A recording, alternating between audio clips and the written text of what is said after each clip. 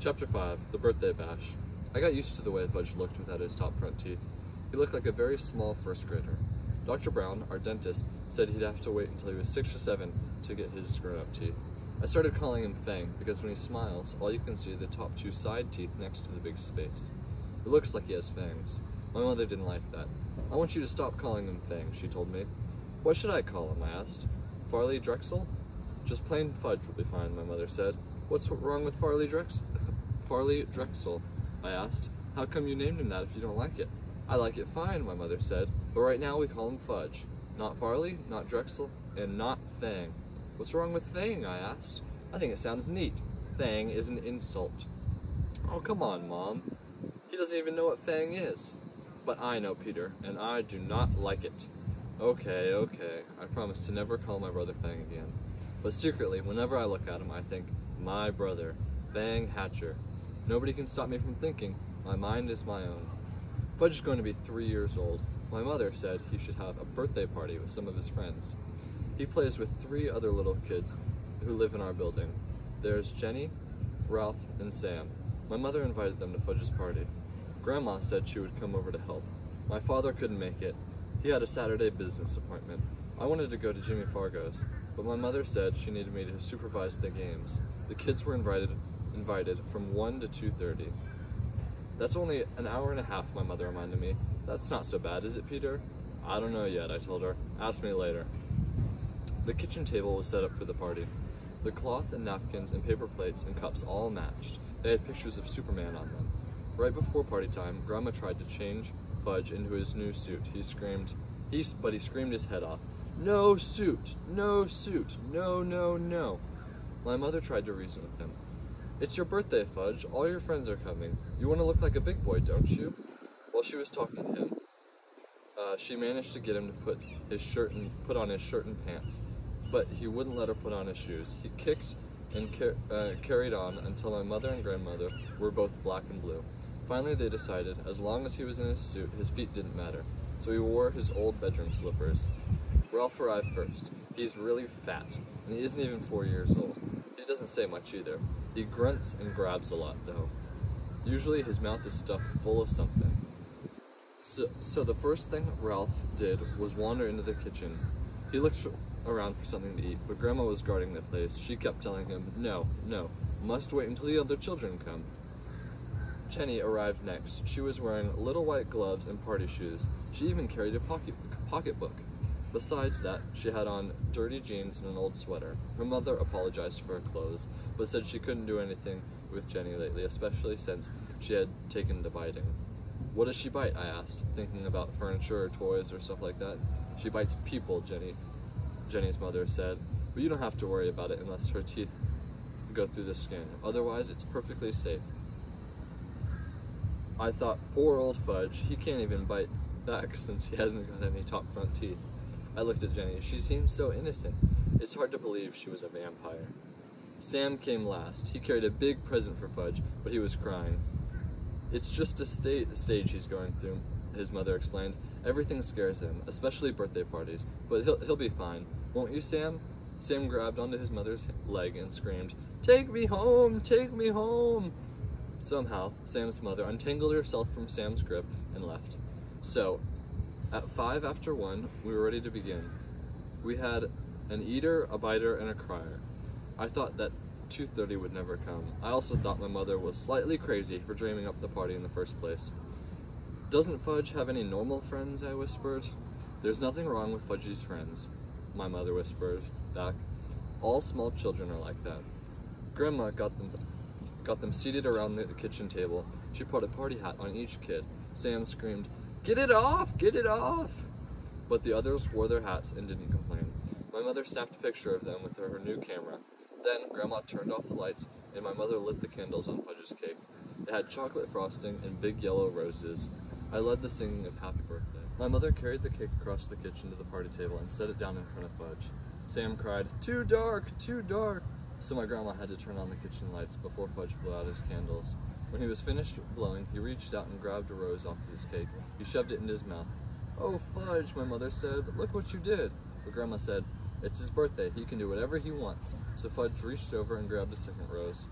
I guess fat Ralph couldn't stand to see Fudge eating those yellow roses because he grabbed one too.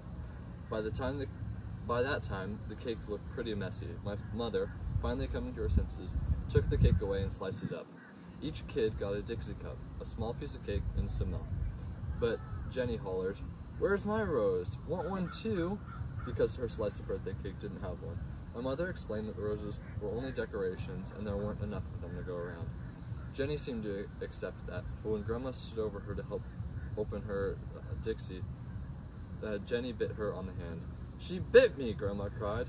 "Did it break the skin?" my mother asked. "No, I don't think so," Grandma said, checking. "Good, then there's nothing to worry about," my mother told her. Grandma went into the bedroom and put some medicine on it anyway. She wasn't taking any chances. Ralph was the first one to finish his food. "More, more, more," he sang, holding up his empty plate. "I don't think you should give him any more," I whispered to my mother. "Look how fat he is now." "Oh, Peter, this is a party. Let him eat whatever he wants." "Okay," I said. "Why should I care how fat he gets?" My mother served Ralph a second piece of cake. He threw up right after he finished it. Me and Grandma took the kids into the living room while my mother cleaned up the mess. Grandma told Fudge he could open his presents while his friends watched. Jenny brought him a musical Jack-in-the-Box. When you turn the handle around, it plays Pop Goes the Weasel. When you reach the part of the song about Pop, the top opens and a funny clown jumps up. Fudge loved it. He clapped his hands and laughed, but Sam started to scream, "No, no more, take it away." He hid his face in his hands and wouldn't look up until Grandma promised to put the Jack-in-the-Box in another room. Fudge opened Ralph's present next. It was a little wind-up cat that ran all over the floor. I kinda liked it myself, so did Ralph, because he grabbed it away from Fudge and said, "Mine." "No," Fudge shouted, "Mine." So when my mother heard the racket, she ran in from the kitchen. She explained to Ralph that he had brought the car to Fudge because it was his birthday, but Ralph wouldn't listen. I guess my mother was afraid he might throw up again, and this time on the living room rug, so she begged Fudge to let Ralph play with the car for a few minutes. Ralph kept screaming it was his car, so Fudge started to cry. Finally, my mother took the car away and said, "Let's see what Sam brought you." Fudge liked that idea. He forgot about the little car as he ripped the paper and ribbon off of Sam's package. It turned out to be a big picture dictionary, the same kind the Yarbies brought me a couple months ago. Fudge got mad when he saw it. "No," he yelled, "no more book." He threw it across the room. "Fudge, that's terrible," my mother said. "You mustn't do that to the nice book." "No book," Fudge said. Sam cried. "He doesn't like it. He doesn't like my present. I want to go home. I want to go home." Grandma tried to comfort Sam while my mother picked up the book. She gathered the wrapping paper and ribbons and cards together. Fudge didn't even look at any of the birthday cards. "Oh well, he can't read, so I guess it doesn't make any difference." "Peter," my mother said, "let's start the games. Now, quick." I checked the time. I hoped the party was almost over, but no, it wasn't. It was only 1:30. Still an hour to go. I went to my room where I had blown up a lot of balloons. My mother has this party book, and it says 3-year-olds like to dance around with balloons. When I got back to the living room, Mom started the record player, and I handed each kid a balloon. But they just stood there looking at me. I thought, either the guy who wrote that party book is crazy, or I am. "Show them how, Peter," my mother said. "Take a balloon and demonstrate." I felt like one of the world's great living fools dancing around with a balloon, but it worked. As soon as all the kids saw me doing it, they started dancing too. And the more they danced, the more they liked it, until Jenny's balloon popped. That nearly scared Sam right out of his mind. He started yelling and crying. Fortunately, I had blown up a dozen balloons. I was hoping they'd dance around the rest of the afternoon. Fudge got the idea of jumping up and down on the furniture.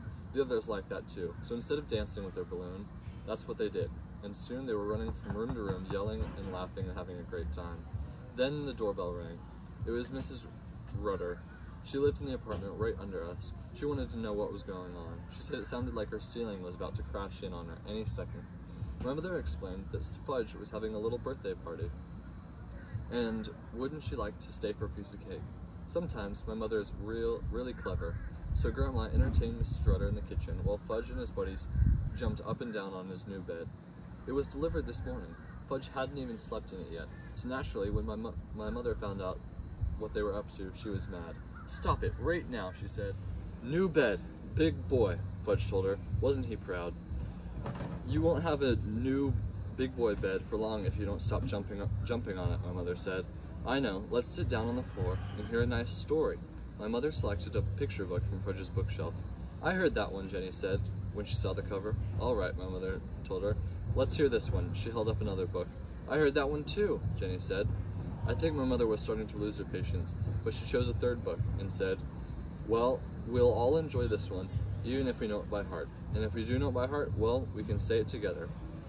That's just what Jenny did, and when my mother skipped a page by mistake, Jenny was right there to remind her.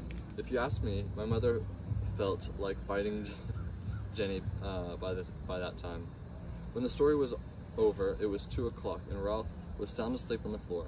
My mother told me to put him on Fudge's new bed, while she took the rest of the children back to the living room.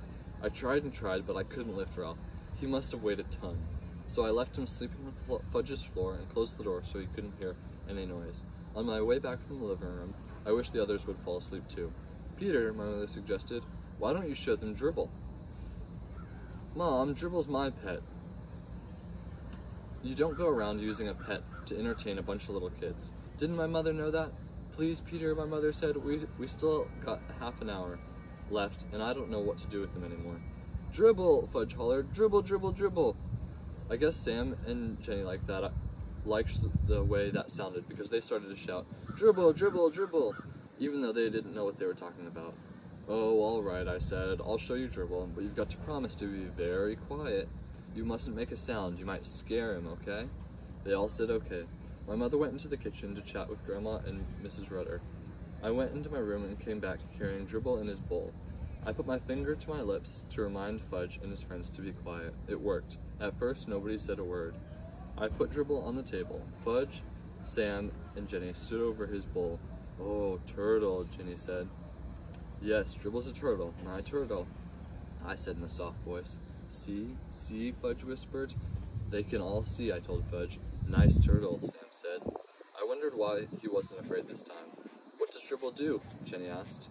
"Do? He doesn't do anything special," I said. "He's a turtle. He does turtle things." "Like what?" Jenny said. What was it with this kid anyway?" "Well," I said, "he swims around a little, and he sleeps on his rock, and he eats." "Does he make?" Jenny asked. "Make?" I said.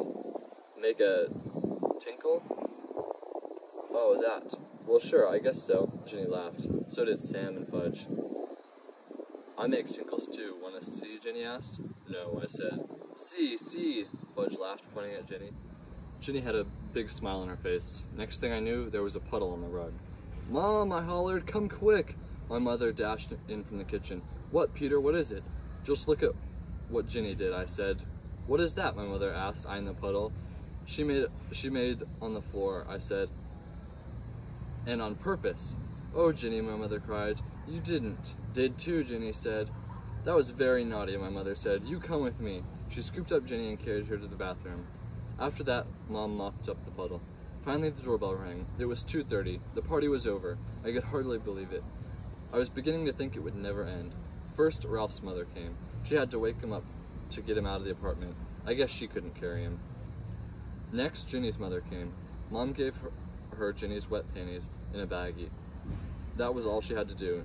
Jenny's mother was plenty embarrassed. Sam's mother came last, but he didn't want to go home. Now that he was used to us, I guess he liked us. He cried, "More party, more!" "Another time," his mother said, dragging him out of our apartment by the arm. My mother flopped down in a chair. Grandma brought her 2 aspirins and a glass of water. "Here, dear," she said. "Maybe these will help." My mother swallowed the pills. She held her head. 3 is kind of young for a party, I told my mother.